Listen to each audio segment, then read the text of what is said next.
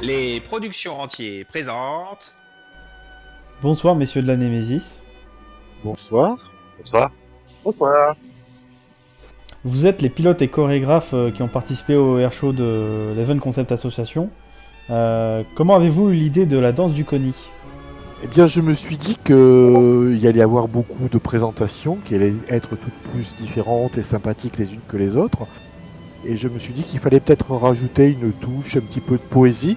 Et c'est pour ça qu'au départ, on s'est tourné vers un passage du lac des Cygnes, qui nous paraissait assez poétique et assez sympathique.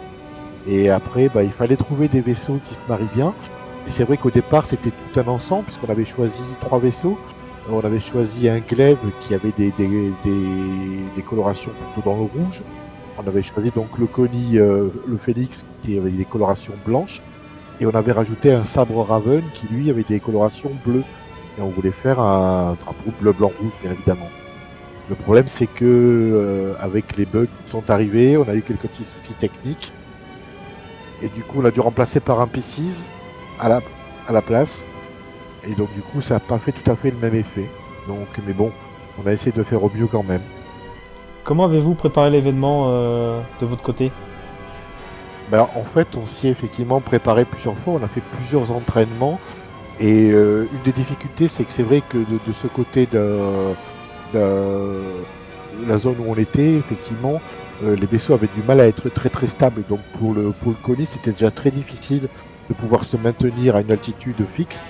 Et donc on a essayé de trouver une chorégraphie qui soit pas très très compliquée, mais qui malgré tout nécessitait quand même beaucoup de coordination, puisqu'on a fait plusieurs pré-entraînements. On a dû en faire une bonne quinzaine facile dans les semaines qui ont précédé l'air chaud. Plusieurs feux d'artifice aussi. Pour pouvoir se coordonner, parce que c'était toujours compliqué. Et on a réussi à trouver un truc qui visuellement était pas trop mal. Alors c'est vrai que si ça avait été en pleine nuit, ça aurait été encore beaucoup plus beau, et si on avait eu des belles couleurs, on aurait eu vraiment des colorations bleu, blanc et rouge. Ça aurait été magnifique. Ouais, voilà. Donc là, on va dire qu'on a eu un rendu à 60% de ce qu'on aurait espéré avoir, quoi. Mais c'est déjà ça, pas mal. Et ce n'est que partie remise, comme on a dit à la fin. On a dit comme ça, la prochaine fois, ce sera encore plus beau. Voilà, on vous refera le show complet à 100%. C'est pas tombé dans l'oreille d'un sourd ça, hein.